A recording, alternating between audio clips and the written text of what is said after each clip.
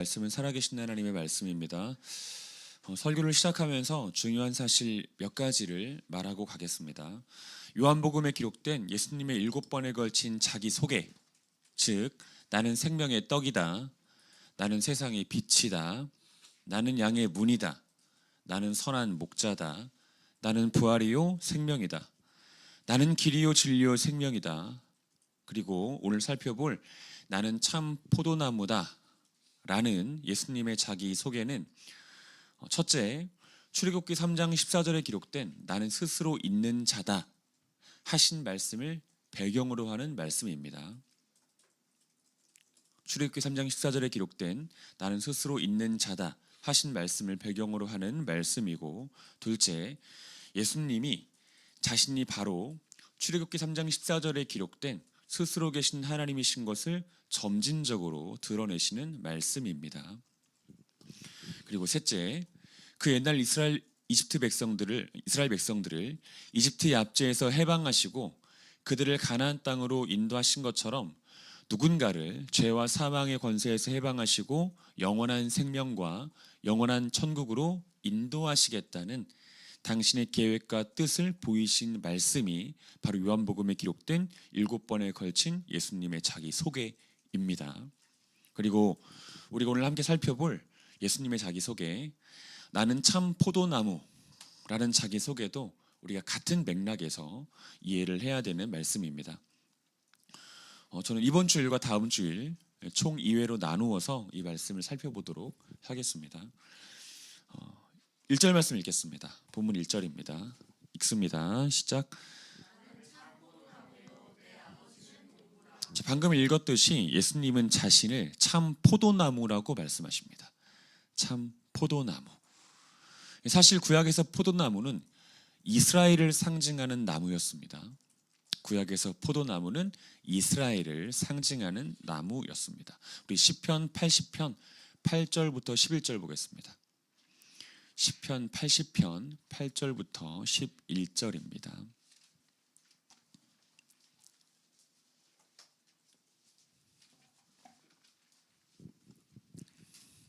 네. 같이 읽겠습니다. 시작. 주께서 한 포도나무를 애굽에서 가져다가 민족들을 쫓아내시고 그것을 심으셨나이다. 주께서 그 앞서 가꾸셨으므로 그 뿌리가 깊이 박혀서 땅에 가득하며 그 그늘이 산들을 가리고 그 가지는 하나님의 백향목 같으며 그 가지가 바닥까지 뻗고 넝쿨이 강까지 미쳤거늘. 방금 읽은 말씀은 궁극적으로는 참 포도나무이신 예수님을 가리키는 말씀입니다. 궁극적으로는 그렇습니다. 하지만 1차적으로는 출애굽한 이스라엘 백성들을 가리키는 말씀입니다. 즉 하나님은 시편 기자를 통해서 이스라엘을 이집트에서 옮겨 심은 포도나무라고 말씀하시며 또 마음과 정성을 쏟아 심고 가꾼 포도나무라고 말씀하십니다. 이집트에서 옮겨 심은 포도나무요, 마음과 정성을 쏟아 심고 가꾼 포도나무라고 이스라엘 백성들을 그렇게 말씀하시는 겁니다. 그런데 그런 이스라엘 백성들이 결국 어떤 모습을 보입니까? 우리 이사야 보겠습니다. 이사야 5장 1, 2절 말씀입니다. 이사야 5장 1, 2절.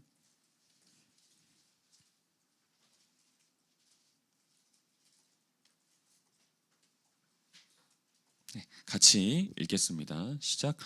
나는 내가 사랑하는 자를 위하여 노래하되 내가 사랑하는 자의 포도원을 노래하리라. 내가 사랑하는 자에게 포도원이 있으며 심히 기름진 사내로다. 땅을 파서 돌을 제하고 극상품 포도나무를 심었도다. 그 중에 망대를 세웠고 또 그 안에 술틀을 팠도다. 좋은 포도를 맺길 바랐더니 들포도를 맺었도다. 핵심은 여기에 있습니다. 좋은 포도 맺기를 바랐더니 들포도를 맺었도다. 이스라엘은 하나님의 기대를 저버렸죠. 좋은 포도 열매를 맺기를 바랐는데 결국에 그들은 들포도 열매를 맺었습니다. 하나님은 이스라엘을 극상품 포도나무로 구별하시고 가꾸시고 하셨는데 그들은 하나님의 뜻과 무관하게, 하나님의 생각과 무관하게 들포도 열매를 맺었습니다. 조금 더 노골적인 구절을 찾아보겠습니다. 예레미야 2장 21절 22절입니다. 예레미야 2장 21절 22절.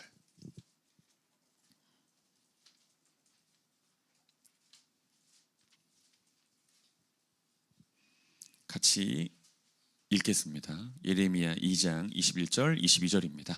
읽습니다. 시작. 내가 너를 순전한 참 종자 곧 귀한 포도나무로 심었거늘 내게 대하여 이방 포도나무의 악한 가지가 됨은 어찌 됨이냐. 주 여호와의 말씀이니라. 내가 잿물로 스스로 씻으며 내가 많은 비누를 쓸지라도 내 죄악이 내 앞에 그대로 있으리니. 자, 일찍이 이스라엘은 극상품 포도나무로 구별되었고 또 하나님은 그들에게 온 정성을 다하셨습니다. 그런데 그들은 하나님의 기대를 저버리고 이방 포도나무의 악한 가지가 되어버렸습니다. 그들은 아무리 많은 비누를 가져다가 사용해도 도저히 씻을 수 없는 부정하기 이를 데 없는 상태가 되어버렸습니다. 이것이 선지자 예레미야를 통해서 주신 하나님의 말씀이죠. 그러나 알다시피 하나님께서는 그런 이스라엘이었음에도 불구하고 그들을 버리시지 않았습니다. 자, 먼저 기억해야 될 점은 하나님은 그들의 어떠함으로 인해 그들을 택하신 것이 아니기 때문에 그들의 어떠함으로 인해서 그들을 버리시지 않았다는 것을 먼저 기억해야 됩니다. 그들의 어떠함 때문에 그들을 택하신 것이 아니기에 그들의 어떠함 때문에 그들을 버리시지도 않으셨다는 사실을 우리가 먼저 기억해야 됩니다. 이건 우리에게도 마찬가지죠. 하나님께서 우리들의 어떠함에도 불구하고 우리를 버리시지 않는 이유는 창세전에 맺으셨던 삼위일체 하나님의 구속 언약 때문입니다. 그러니까 우리의 어떠함이 있다고 할지라도 하나님께서는 그 어떠함 때문에 우리를 버리시지는 않는다는 점을 기억하셔야 됩니다. 물론 그것이 방정으로 흘러서는 또 안 되겠지만, 그러나 그와 동시에 우리가 기억해야 될 점이 있습니다. 그것은 영원하신 하나님, 다시 말해서 미래의 일도 현재의 일로 바라보시는 하나님은 처음부터 그들이 완벽한 포도나무가 되리라고 기대하셔서 그들을 포도나무로 비유하신 것이 아니라는 것입니다. 처음부터 그들이 완벽한 포도나무가 될 것을 기대하셔가지고 그들을 포도나무라고 부르신 것이 아니다라는 점을 우리가 또 기억해야 됩니다. 하나님께서 그들을 포도나무로 부르시고 비유하시며 기대하신 것이 있습니다. 그게 두 가지라고 할 수 있는데, 첫 번째는 그들이 참 포도나무이신 예수님을 부분적으로나마 예표하는 것이었습니다. 이 포도나무로 부름받은 그들에게 하나님께서 기대하신 것, 계획하신 것, 뜻하신 것은 바로 그것이었죠. 참 포도나무이신 예수님을 부분적으로 예표하는 것. 첫 번째입니다. 참 포도나무이신 예수님을 부분적으로나마 예표하는 것. 그리고 두 번째, 자신의 참 포도나무 될 수 없음을 허락된 사건과 역사 속에서 깊이 깨닫고 참 포도나무 되신 예수님을, 이 메시아를 열망하는 것. 이것이 하나님께서 그들을 포도나무로 부르실 때 기대하신 것이었습니다. 뜻하신 것이었어요. 참 포도나무 될 수 없음을, 자신의 참 포도나무 될 수 없음을 주어진 사건 속에서 깨닫고 펼쳐진 역사 속에서 깨닫는 겁니다. 그리고 참 포도나무로 이 땅에 오실 메시아를 갈망하고 열망하는 것입니다. 이것이 하나님께서 그들을 포도나무라고 부르시면서 계획하시고 뜻하신 것이었습니다. 정리되셨습니까? 자, 그리고 하나님은 그들의, 이스라엘 백성들의 이 부분적이면서도 파편적인 성취와 또한 수없이 반복되고 쏟아지는 그들의 실패를 모두 사용하셔서 당신이 뜻하신 바를 이루어 가셨습니다. 그들의 부분적인 성취, 부분적인 성공을 사용하시고 더불어 수없이 쏟아지고 수없이 반복되는 그들의 실패, 이 실패를 사용하셔서 당신이 뜻하신 바를 다 이루어 가셨다라는 것입니다. 좀 풀어보면 이런 겁니다. 하나님께서는 그들의 성취를 주관하심으로써 이스라엘 백성들의 부분적인 성취, 이 부분적인 성공을 주관하심으로써 그들을 바라보는 사람들로 하여금 장차 오실 메시아와 메시아의 속성, 메시아의 능력, 메시아의 사역을 드러내셨고 보게 하셨습니다. 그들의 부분적인 성취와 부분적인 성공, 이것을 주관하심으로 그들을 아는 모든 사람들로 하여금 메시아의 실존, 메시아의 속성, 메시아의 능력, 메시아의 사역 바라보게 하셨다는 겁니다. 깨닫게 하셨다는 거죠. 더불어 그들의 실패를 이 섭리 가운데 허용하심으로써, 그들의 실패를 섭리 가운데 허용하심으로써 그들 자신과 그들을 바라보는 사람들에게 그들이 참 포도나무 될 수 없음을, 즉 기쁨, 소망, 생명의 근원이 될 수 없음을 깨닫게 하셨습니다. 그들의 실패, 이 반복되는 실패를 허용하심으로써, 섭리 가운데 허용하심으로써 그들 자신뿐만 아니라 그들을 바라보는 사람들로 하여금 이들은 참 포도나무가 아니구나, 이들은 기쁨과 소망과 생명의 근원이 될 수 없구나, 나는 그런 존재가 아니구나 라고 하는 것을 깨닫게 하셨다는 겁니다. 이해되십니까? 우리 역시 마찬가지죠. 우리 역시 마찬가지입니다. 저는 믿습니다. 하나님께서는 우리와 우리 교회의 성취를 주관하실 겁니다. 우리와 우리 교회의 성취를 주관하실 겁니다. 그래서 우리 교회와 우리를 아는 사람들로 하여금 다시 오실 주님의 실존과 주님의 속성, 주님의 능력, 주님의 사역을 깨닫게 하실 겁니다. 그러나 단지 그뿐이 아니죠. 하나님은 우리와 우리 교회의 실패를 때로 섭리 가운데 허용하심으로써 우리와 우리 교회가 기쁨, 즐거움, 소망, 생명의 근원이 될 수 없다는 사실을 우리와 우리를 바라보는 모든 사람들로 하여금 깨닫게 하실 겁니다. 그리고 하나님께서 뜻하신 바를 다 이루어 가실 겁니다. 우리는 본질상 진노의 자식이었습니다. 우리는, 이게 사도 바울을 통해서 주신 말씀이죠. 우리는 본질상 진노의 자식이었습니다. 하나님의 진노 아래 있는 백성이었습니다. 우린 저주와 사망의 땅에 살고 있던 사람들이었습니다. 그러나 하나님께서는 우리를 하나님의 자녀가 되게 하셨고 생명에서 살게 하셨습니다.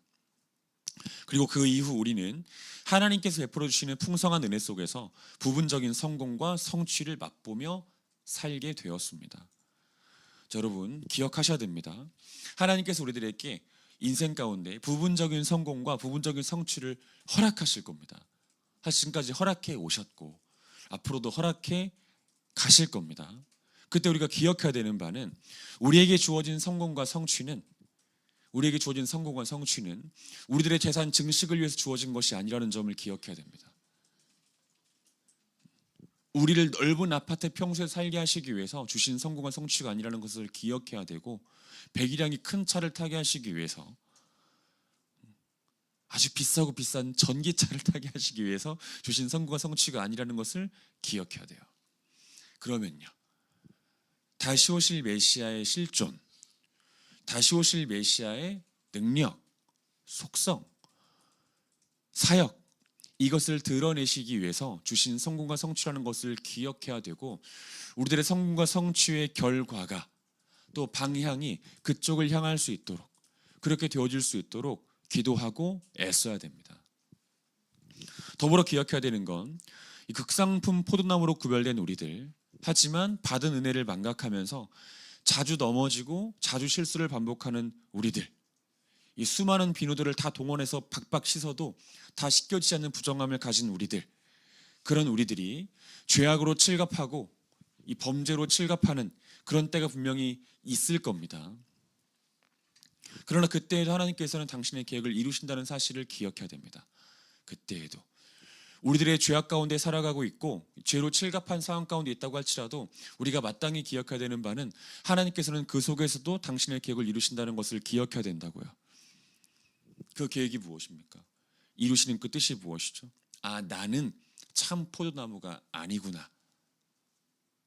나는 기쁨의 근원이 될 수 없고 소망의 근원이 될 수 없고 생명의 근원이 될 수 없구나. 내가 의지하고 의존해야 될 참 포도나무는, 내가 붙어 있어야 되는 참 포도나무는 바로 예수 그리스도 한 분이구나 라고 하는 것을 생각나게 하시는 계획입니다. 그리고 실제로 의지하게 하시고 의존하게 하시는 뜻이죠. 이것이 하나님께서 우리들의 실패와 반복되는 죄악 속에서 이루어 가시는 하나님의 계획입니다. 사랑하는 여러분, 첫 번째 메시지를 말씀을 드리겠습니다. 하나님은 우리 인생에서 벌어지는 모든 사건을 통해서 참 포도나무 되신 예수님을 드러내시며 또한 의존하게 하십니다. 하나님 우리들의 인생 속 모든 사건, 모든 스토리를 단 하나도 버리시지 않고 하나님의 계획을 이루십니다. 우리가 이 하나님을 찬송하고 감사하는 거죠. 우리들의 인생에 삭제해버리고 싶은 순간들이 있죠. 지워버리고 싶은 순간들이 있잖아요. 근데 안 지워집니다. 우리들의 생각 속에서. 근데 하나님의 뜻입니다. 하나님의 뜻. 지워버리고 싶은 순간들이 있는데 그 지워버리고 싶은 순간들을 지워지지 않게 하신 하나님의 뜻이 있습니다. 오히려 생각나게 하신 하나님의 뜻이 있죠. 이유가 무엇입니까? 자신의 참 포도나무 될 수 없음을 인정하게 하고 참 포도나무 되신 메시아만 붙들게 하시기 위함입니다. 하나님 우리들의 모든 인생 속 사건, 모든 인생의 스토리 단 하나도 버리시지 않고 하나님의 뜻과 계획을 이루신다는 거 기억하여 하나님께 감사 찬송 올려드릴 수 있는 우리 모두가 되기를 간절히 소망합니다. 두 번째 메시지입니다. 다시 말하지만 예수님은 자신을 참 포도나무라고 말씀하십니다. 참 포도나무. 우리 15장 1절 같이 읽겠습니다. 읽습니다. 시작. 나는 참 포도나무요 내 아버지는 농부라. 나는 참 포도나무요 내 아버지는 농부라. 자, 15장 1절에서의 참, 이 참은 알레디노스입니다. 헬라어로 알레디노스. 뜻은 완성된 실체라는 뜻입니다. 완성된 실체.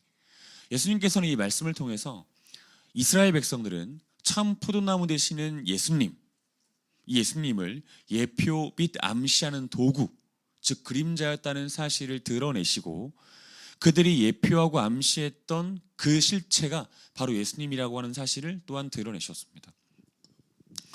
그리고 우리가 이 지점에서 꼭 짚어야 될 것이 있습니다. 예수님께서 자신을 참 포도나무라고 하신 것은 본인을 높이신 것이 아니라는 것을 기억해야 됩니다. 자신을 높이신 것이 아니라고요. 우리가 참 포도나무 하니까 마치 예수님이 자기 자신을 높이신 것으로 생각할 수 있잖아요. 근데 그런 것이 아니라는 겁니다.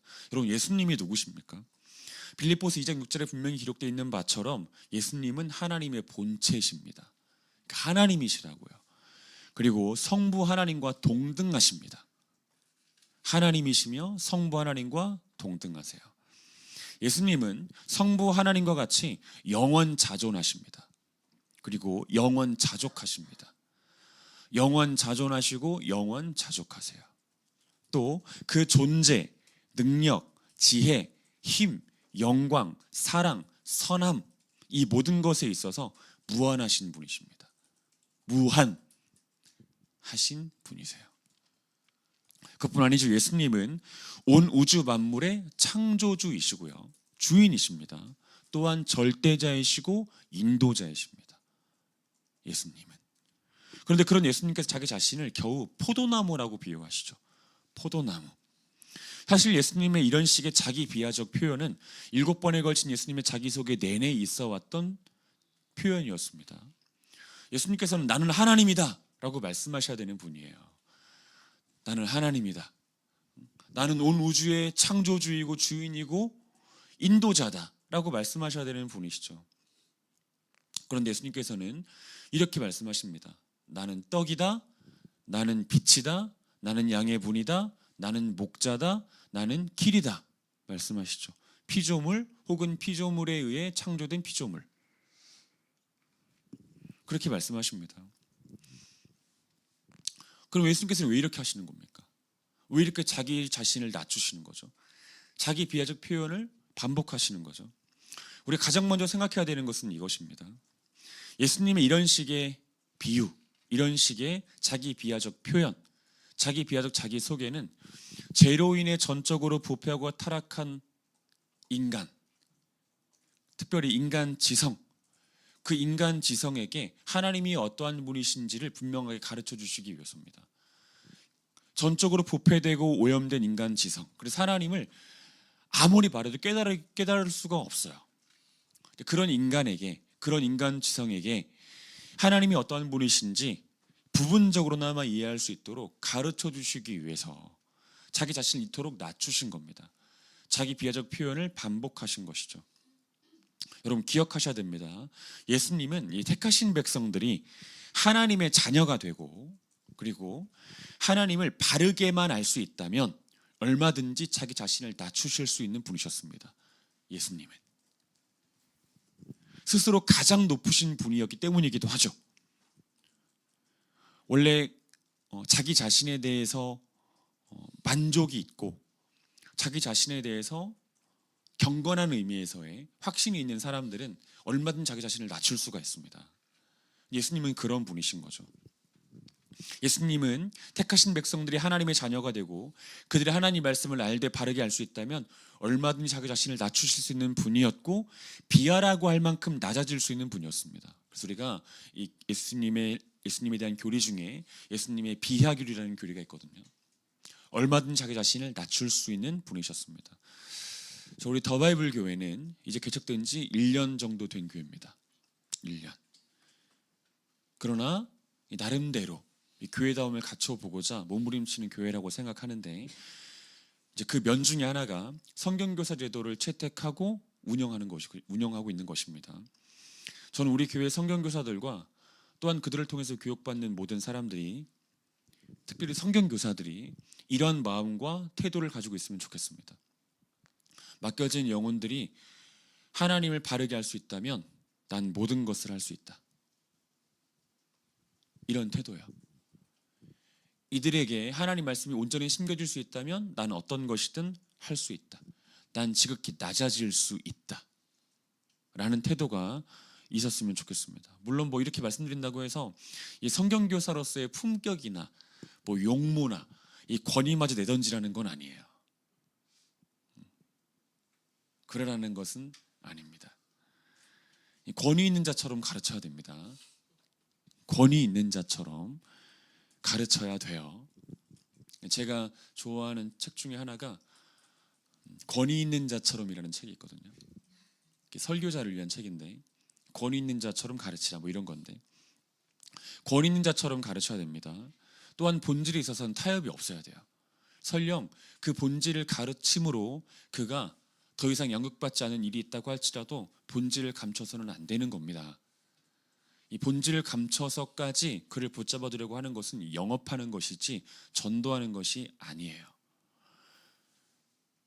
꼭 기억하셔야 됩니다. 그러나 이 성경 교사들은 기억하고 있어야 되는데 양들을 위해서 무엇이든 하겠다는 내적 태도가 필요합니다. 그리고 무엇이든 되겠다는 이 결심과 결단이 필요합니다. 즐거운 결심, 즐거운 결단이죠. 그런 태도를 다 가지기를 바랍니다. 더불어 이것은 누군가를 복음으로 초대하고자 하는 사람들에게도 해당됩니다. 누군가를 복음으로 초대하고자 하는 모든 사람들에게도 해당돼요. 이 중에 누군가를 복음으로 초대하고 싶으신 분들이 있죠. 여러분들 중에도 그냥 나만 가면 됩니까? 애초에 그런 마음 가진 자들은 자기의 구원을 의심해 봐야 돼요. 애초에 그런 마음을 가진 자들은. 왜냐하면 우리는 예수 그리스도의 전부를 영접한 사람들이잖아요. 예수 그리스도의 손가락 끝만 영접한 사람들이 아니고 예수 그리스도의 구원만 영접한 사람들이 아니에요. 예수 그리스도의 전부를 영접한 사람들이란 말이에요. 이 말은 예수 그리스도 안에 있는 구령의 열정을 함께 영접한 사람들이라고요. 우리는 예수 그리스도 안에 있는 영혼을 향한 뜨거운 마음을 같이 영접한 사람들이라고요. 그런 우리들이 어떤 타인을 향한 구령의 마음이 없다면 정말 스스로의 구원을 의심해 봐야 되는 게 맞죠. 영접한 사람인지 생각해 봐야 되는 게 맞죠. 아무튼 이러한 진리는 누군가를 복음으로 초대하고자 하는 사람들에게도 적용되고 해당됩니다. 사도 바울이 고린도 교회에 보낸 편지 일부를 한번 보겠습니다. 우리 고린도전서 9장 21절부터 23절 보겠습니다. 고린도전서 9장 21절부터 23절입니다.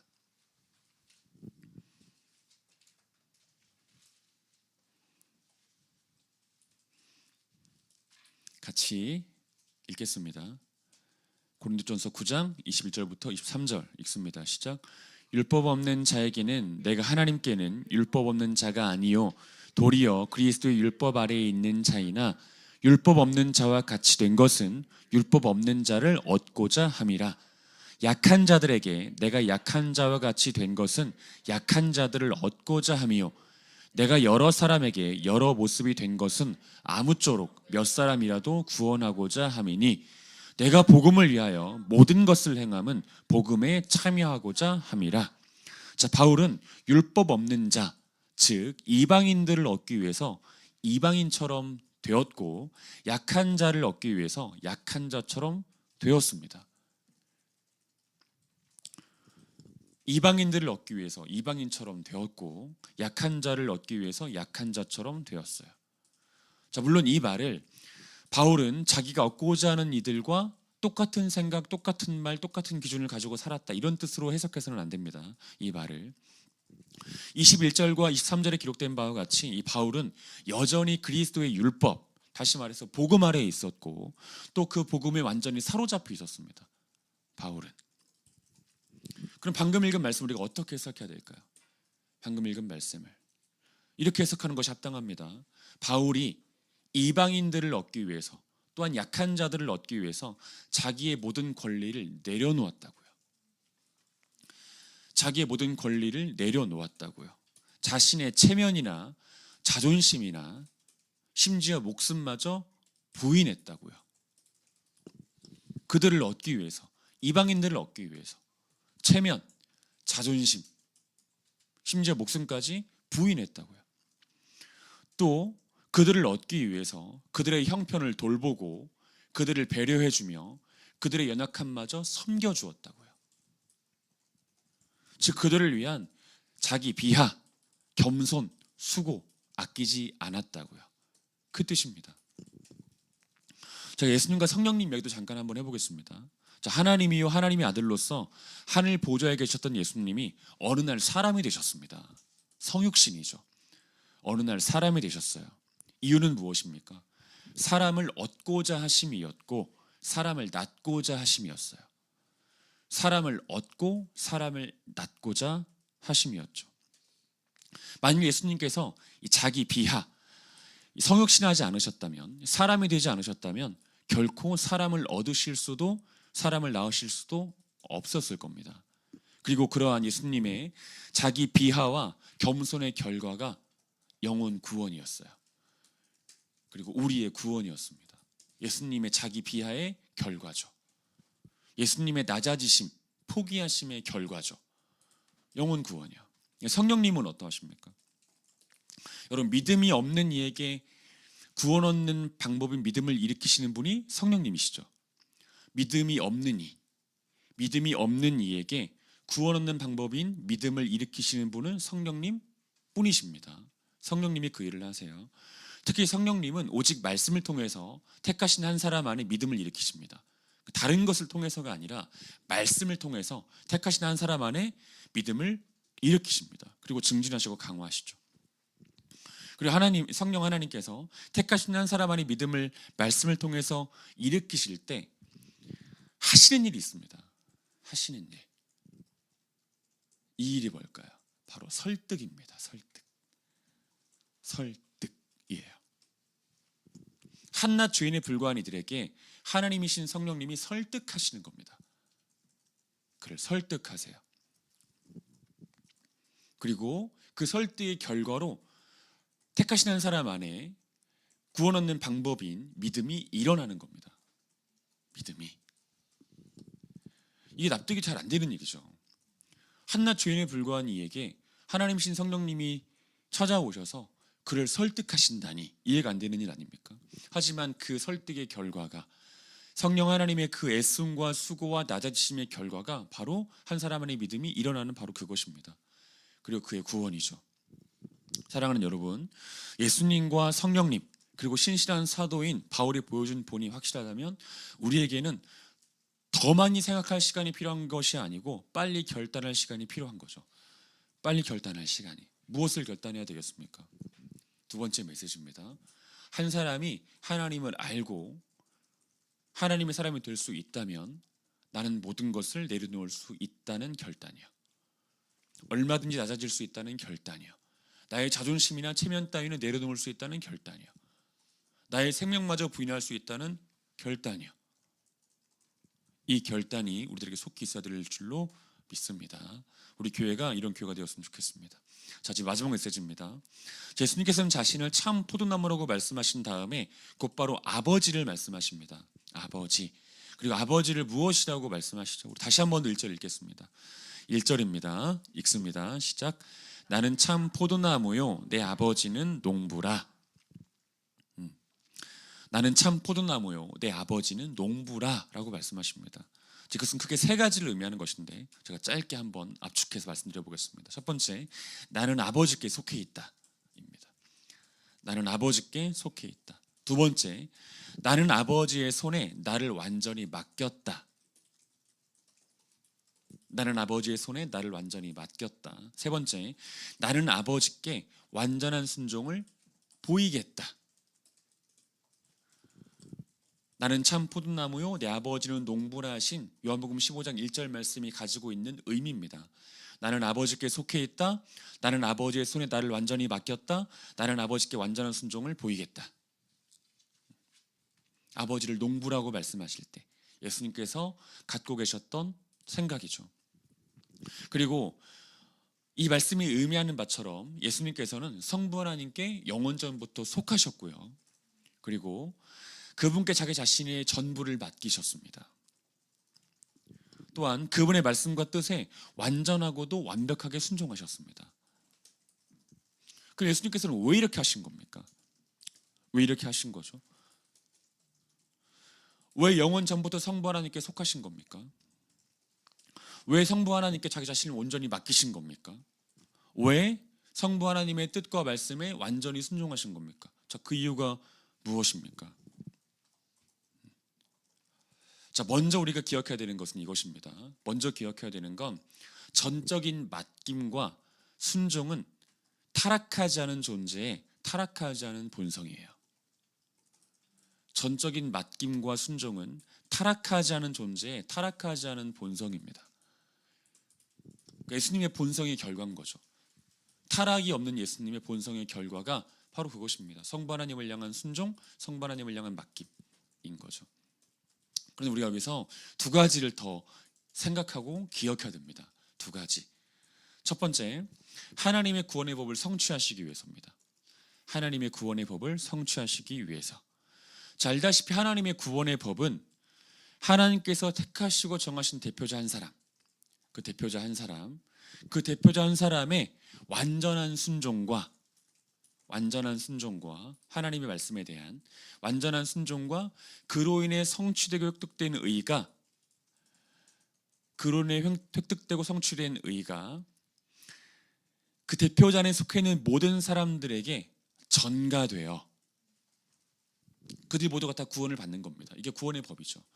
하나님께서 택하시고 정하신 대표자 한 사람, 그 대표자 한 사람의 하나님 말씀에 대한 완전한 순종, 그리고 그 순종으로 말미암아 성취된 의가 그 대표자 안에 있는 모든 사람들에게 전가됨으로 그들이 구원을 받는다. 이것이 하나님의 구원의 법이에요. 하나님의 구원의 법. 그러니까 이 구원의 법을 성취하시기 위해서 예수님께서 하나님께 자기 자신을 온전히 맡겼고 그 말씀에 완전히 순종하신 겁니다.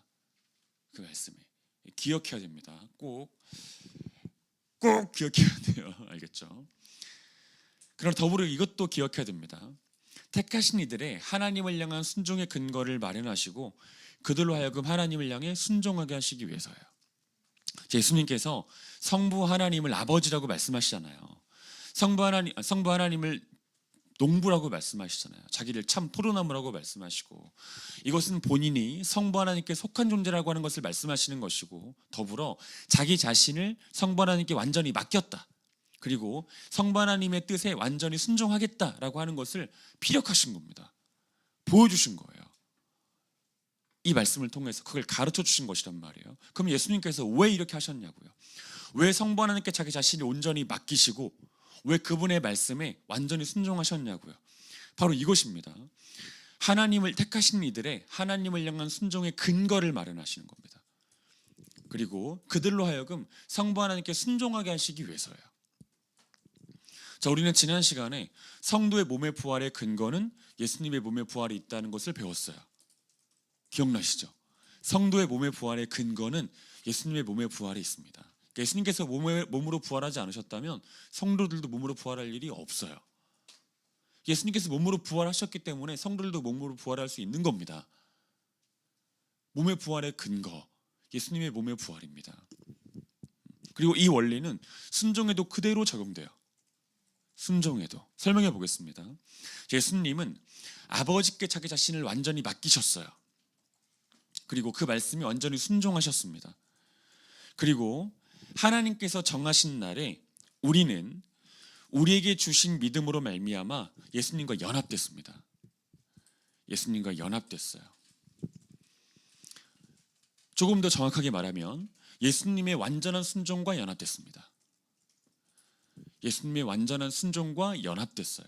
그리고 예수님의 완전한 순종을 통해서 획득된 그 완전한 의와 연합됐습니다. 완전한 순종과 연합됐고 완전한 의와 연합됐어요. 좀 다소 문학적으로 좀 표현해 보자면 우리는 예수님과 연합된 날에 예수님의 순종 및 예수님의 의와 연합되었고 예수님의 순종과 의에 뿌리 박히게 되었습니다.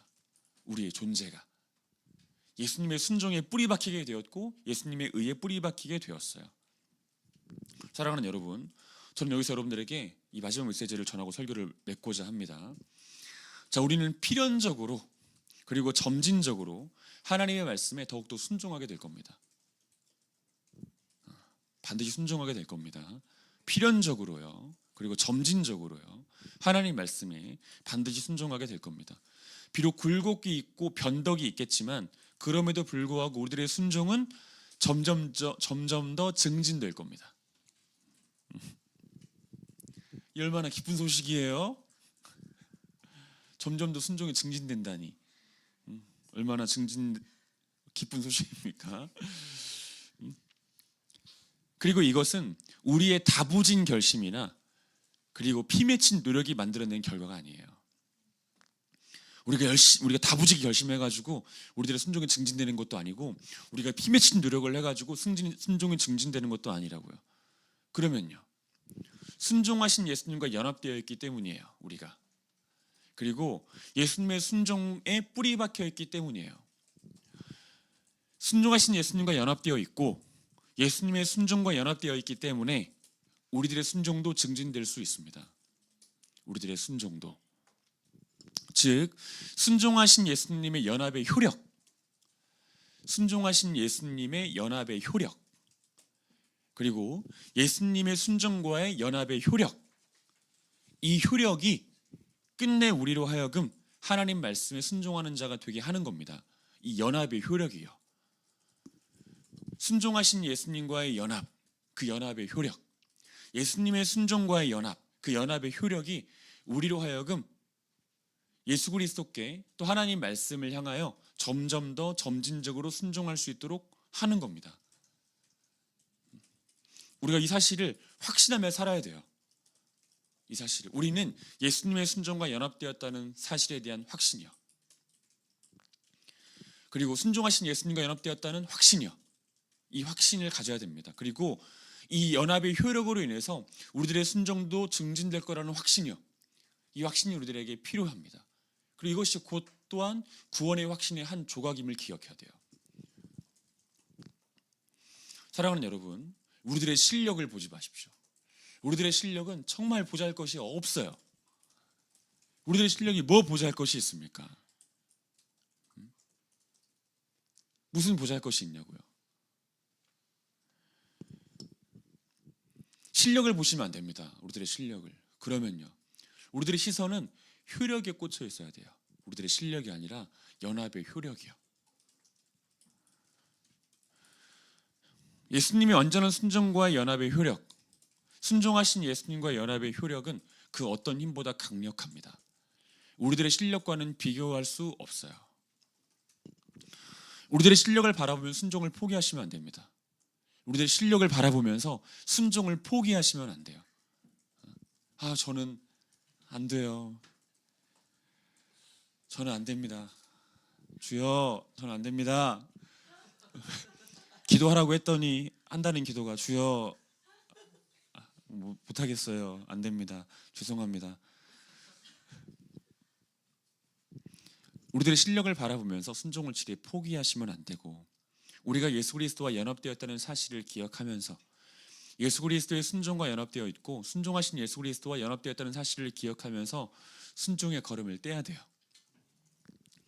순종의 걸음을 떼셔야 됩니다. 거듭 말합니다. 실력보다 효력이에요. 실력보다 효력. 이 사실을 명심하시고 순종하는 우리 모두가 되기를 간절히 기도합니다. 같이 시간 우리가 함께 기도하겠습니다.